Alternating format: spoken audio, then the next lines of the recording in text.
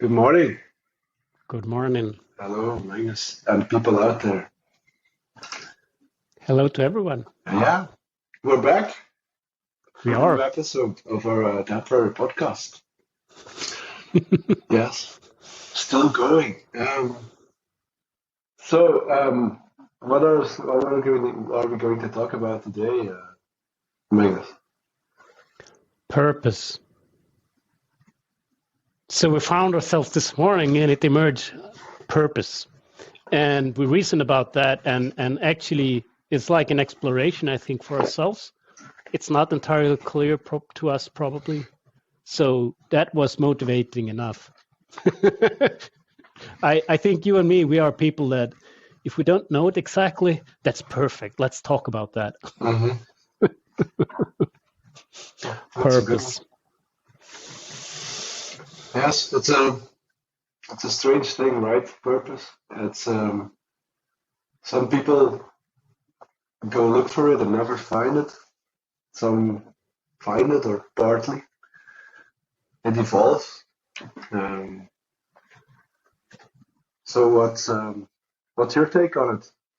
Oh, let me tell you a personal story, actually. I'm 52 years old. I'm closer to purpose than I've ever been. But 19 years old, I finished second upper secondary. Yeah. And so ready for work life or further studies or whatever. And there's upon walking out to school, and it's a bit of ceremony. There was a reporter interviewing students, and she happened to pick me as well. And then she asked, "So what are you going to be?" And naturally, she was referring to occupation, the job. And my answer was happy. However, upon choosing, I didn't really know what to do. So I chose an engineering training and a path, and it's been a really tremendous journey for 30 years. But already 19 years old, I said, this is probably not the end of the road. That's not my final, it's something else. And so purpose and this thing, what is it that I'm going to be? It's really, there will never be a finite answer, I suggest. It's a process. And because it can be really stressful. Like for a young person today, so what's my journey in life? Am I going to do 5 years of this? It's a lot of money. Am I sure about it? Probably not. Mhm. A lot of doubt, but then eventually you go for it and life turns out as it does. Was it your purpose?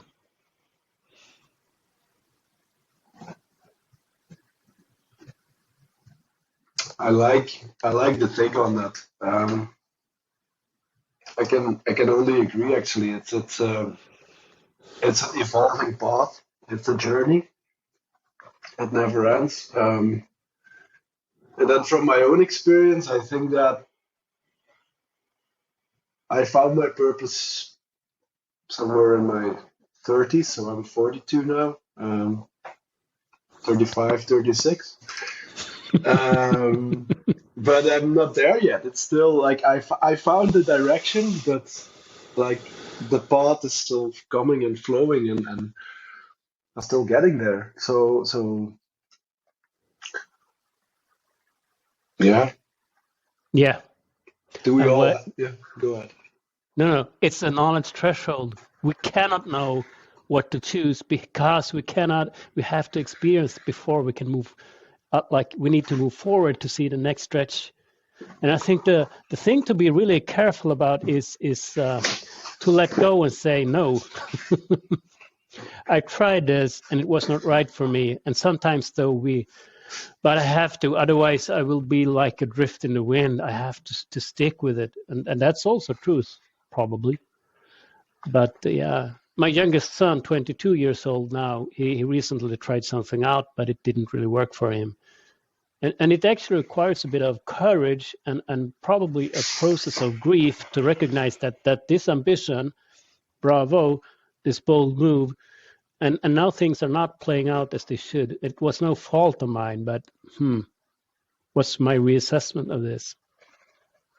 So on that quest for purpose or my meaning of life, we will fail. That's guaranteed. But viewed as a local learning, it's something is going to happen. Yes, and that's the one word that comes up now is empirical, right? It's just go with it, see what happens, and then adjust on the circumstances. And sometimes the choices are good, and sometimes they aren't. I like what you say about your son because, yeah, we have a very young daughter. She's almost 1 year old now. And while you're saying this, I can only think that I hope we raise her in a way that it's okay to fail, that it's okay to try out stuff. You don't know. Yeah, you might think that it interests you, and let's hope it does. But if you pick a choice and it's not your thing, have the courage to step away from it and to say it's fine. I failed and I learned, and I'm going to try something else. And maybe that's thinking about this and making this a bit bigger. I think it's a positive evolution that we see in the world today. Because I when I look around me, I see more. It could always be more, but I have a feeling I see more people do that step away from something and that try something completely different. Wow. So, one of my best friends he's a research psychologist. He studied. He has a degree in research psychology, and he has his own gardening firm. He has his own small gardening firm. And he's still super interested in the topic, but he found his joy in being outside and cutting trees and hedges and stuff like that. And he's super happy with that. So and that's professionally, yeah. But you see how things turn out, and people make choices and move away from things, and I think that's a really good thing. Oh, yeah. So now there's an opportunity to paint with a very broad, sketching very broadly and grossly. And so you're talking about observations of people that step out, let's say. In US, they even have the Great Resignation. I don't think we have it in Europe. They're talking about the Great Resignation. People are just, this job is not working out. The conditions that comes with it, the commute times, this life is no good anymore. We have seen small anecdotes of people relocating up here to far north, even where my fiancée Beatrice works is very, very rural. But people come from Europe and they are dreaming of a new life there, close to nature. So they see new paths for themselves. So what are they resignating? Letting go. They are no longer part of big money-making machines. I'm a bit provocative. You could argue that a shareholder company of the modern world, like that, I don't know, latest 30 years, the singular purpose is to generate a bit more money on a quarterly basis. And so there's a purpose in that. It brings wealth. But because something is good doesn't necessarily mean even more is better. The greed is potentially taking over. So for any individual, finding themselves in that environment, it might be super hard to find a sense of purpose. I go to work for money. That's just the way it is. And then I live outside. You have heard those stories? Work is work. What can you do? You need to have money. Then I play with my friends outside work or my hobbies. That's just the way it is. But maybe not. It's a very interesting take. Yeah. I read about exactly what you're saying right now. Is that somebody kind of opposed that idea and said, like, look, we are making money and I'm going to charge in a little bit as well. It's a bit provocative maybe, but we're kind of these modern wage slaves that work to pay for our free time afterwards, right? And that's an economy that keeps itself going. And there are people that work less and get less pay, so they spend less on their free time, but they are happier because they just have more free time and they don't need to spend money to relax and to be with friends. They just have the time to do it, right? And it's a bit contradictory, but I like that idea of evolution. Really coincidentally, my post on LinkedIn this morning is kind of around that and the well-being of people in the workplace and how we deal with that. And what I think is really interesting about this conversation as well, Magnus, is that we started with purpose and very quickly we linked it to work. And I think it's like when I think about that now, it's maybe it's only natural because we spend what 1/3 of our lives in work. So I think it's a good movement to think about how purposeful is the work that I do and how close is it to my purpose? How does that click together? And maybe in an ideal situation, those are complementary or are in the same direction. Yeah. I find myself drawn to principles of scientific management. The one you're sharing with Taylor,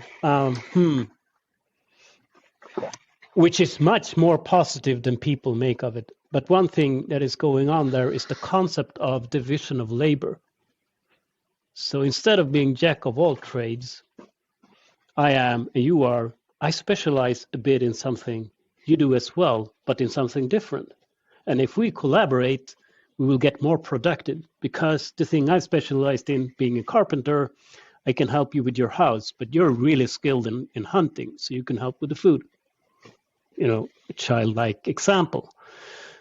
Might it possibly be so that we got disconnected from purpose by an over-specialization, an overuse of division of labor, very narrow view about the human possibility. I had, like 10 years ago, 8 years ago, an HR person. He was actually a great person, a bit old, elderly. He honestly, he advised me as a manager. He said, it's not, imagine you have like an organization you build, and then you will design it such that you will have particular people at or particular competency levels. So in other words, if you have a person, but you're not able to use that full potential for this particular role, that's kind of okay. And then we cannot really compensate more than that role. So in other words, he was saying you could design something for the modern complex world as a predict plan. and you design roles, and into those roles you fit people. And that's just so grossly inadequate for modern work. Mm-hmm. And if we're going to get close to purpose as an individual choice, as a offering from society and companies, we probably need to explore this a bit. I don't think that if if you're going to really make value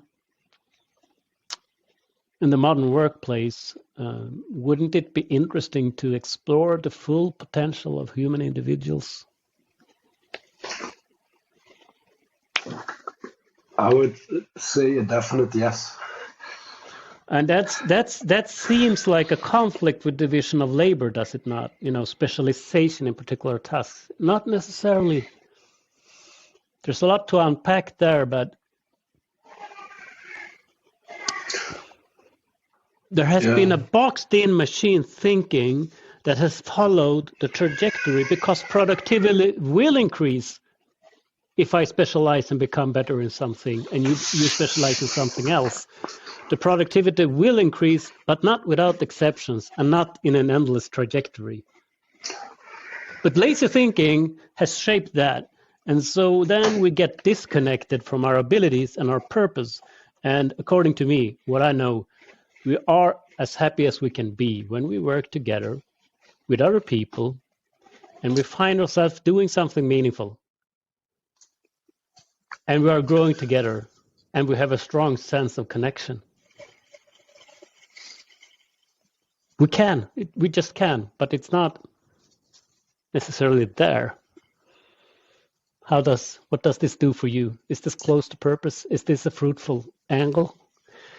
It absolutely is. It has so many layers. Um, like you talked about the division of labor and productivity, and I think that thinking goes um, in a let's call it a classic production environment. Or you mentioned the principles of scientific management, which was written in the idea of the early 20th century manufacturing, right?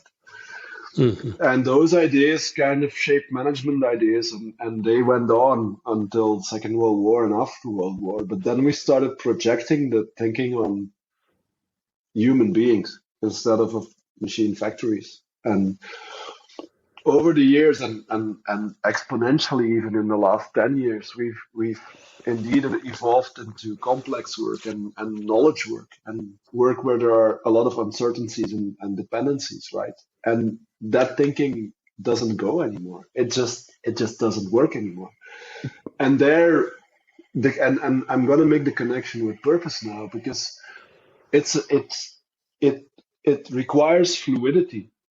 It requires fluidity and skills in people. And if you connect that to purpose and you let people search for their purpose and give them the space to explore that fluidity to help the organization, because we need to, I mean, yes, let's link this to work and keep a profitable organization.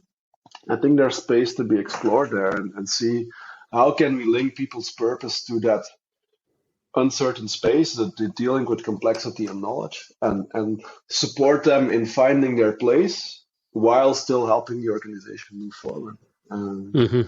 And that's super. I think I can acknowledge the feeling that for a lot of, let's call it leaders, managers, and HR people, that's a super scary place to be in, right? Because there's so much uncertainty.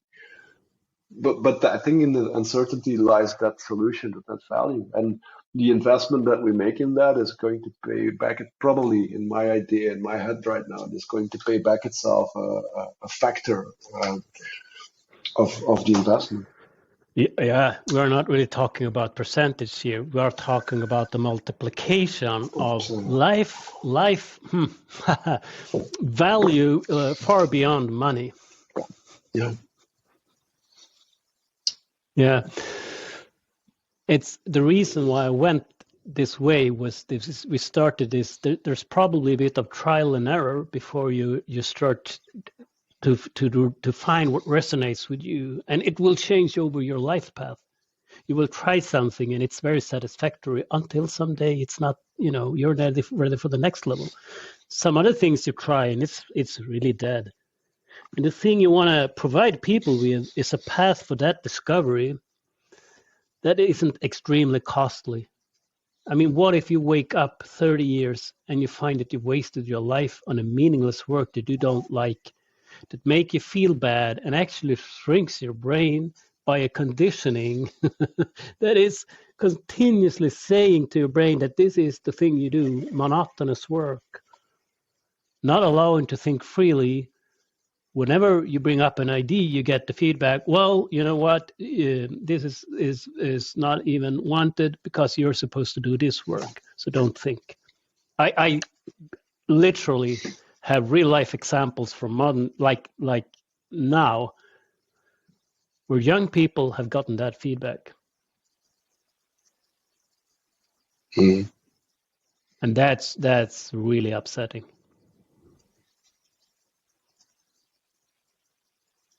Yeah. So, with this talk, Magnus, what would be our invitation to our listeners in the world from our talk?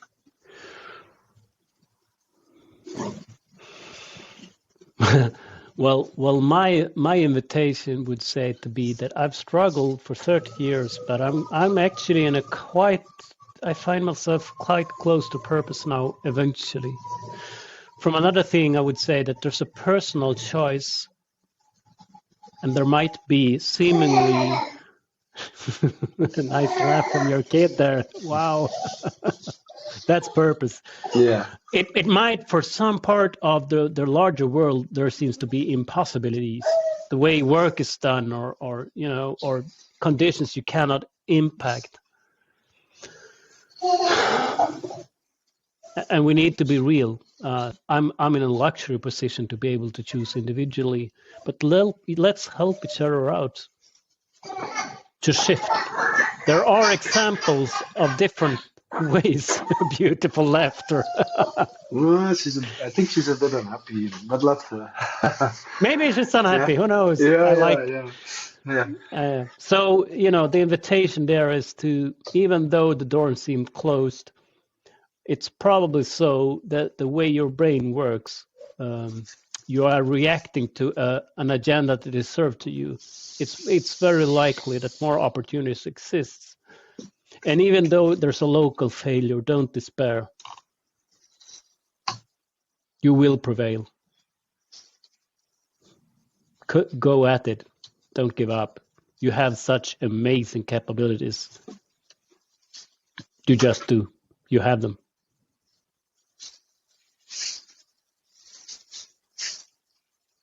That's a really nice one. The only word I want to add to that is the courage.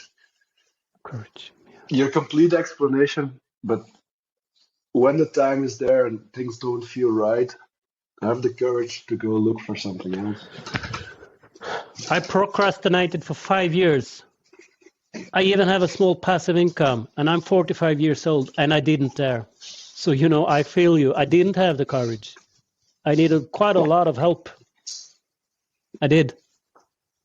But I'm grateful for that. Yeah, eventually it happened, right? But you might become one of those that gets this sooner than I did. It could be, but honestly, I don't think the moment matters. Because the right time, even if we're stuck, you said if we're stuck for 30 years somewhere, the moment to change is now. Could be now. It could be now. And I think that's a very powerful thing to be at. Sometimes we needed those, like you did, you needed those 5 years of doubt and reflection to get to that tipping point, and then you tipped over and made a choice, and that brings you where you are now, and I think that's fine. That's how I felt it. A very wise woman kind of gave me that idea. Like, Serge, look, what's in the past is in the past, and it has kind of formed you to where you are today. But at a certain point, you made a choice and you stepped over. You stepped over the small wall that was holding you back, and now you're in the other place, and that's perfectly fine. And that's how I try to approach it for myself. Is that a good conclusion for today? A temporary one. All right, and that fits perfectly with this podcast, right? So yeah, very nice. Help us out. What's purpose? What's problematic with purpose? Is it interesting to have a purpose? Are you close or far from purpose? Is there anything we could do to help each other out to get closer to purpose? Do let us know. Absolutely. Thanks for viewing. Thank you for being here. See you next week. Thank you for playing, sir. As always. Cheers.